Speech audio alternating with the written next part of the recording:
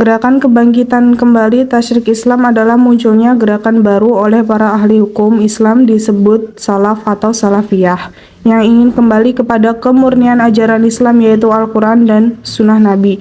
Fase ini dimulai dari akhir abad ke-11 Hijriah atau 19 Masehi sampai pada hari ini. Lanjut ke materi selanjutnya yaitu masa kebangkitan hukum Islam. Poin pertama yaitu kebangkitan Islam. Islam telah lama mengalami masa kemunduran pemikiran hukum.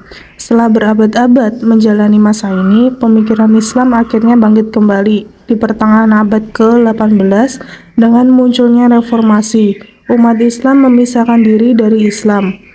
Kebangkitan pemikiran Islam merupakan reaksi terhadap sikap taklid yang dianggap bertanggung jawab atas kemunduran hukum Islam hingga saat ini. Kemunduran umat Islam secara umum dari hegemoni taklid tidak terjadi sekaligus, melainkan bertahap. Setelah kesadaran kebangsaan umat Islam mulai menyadari dan merasakan adanya frustasi tersebut, muncul gerakan baru dalam gerakan ahli hukum yang mengusulkan dibukanya kembali pintu ijtihad. Gerakan ini hadir di berbagai negara Islam.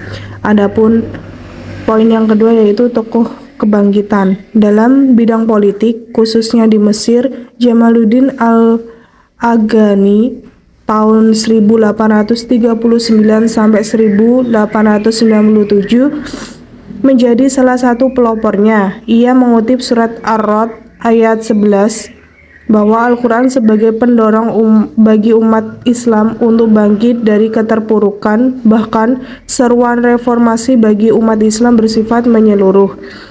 Usaha Jamaluddin Al-Afghani mampu memengaruhi tokoh-tokoh lain. Bahkan gagasannya diteruskan oleh muridnya Muhammad Abduh pada tahun 1849 sampai 1905.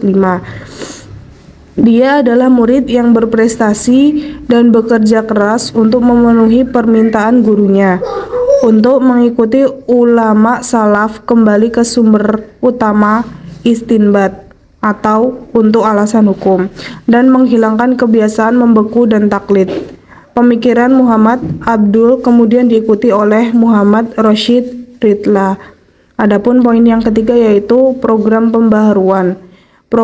Program pembaharuan pikiran oleh Muhammad Abdul antara lain yang pertama, Islam membebaskan diri dari pengaruh dan kebiasaan yang merugikan, bukan dari ajaran Islam. Yang kedua, reformasi sistem pendidikan Islam khususnya pada jenjang pendidikan universitas. Muhammad Abduh melancarkan serangan keras terhadap taklid dan kekakuan dan menyerukan kebebasan dan pendekatan di antara berbagai mazhab dalam Islam untuk membuat hukum yang berorientasi pada kepentingan rakyat.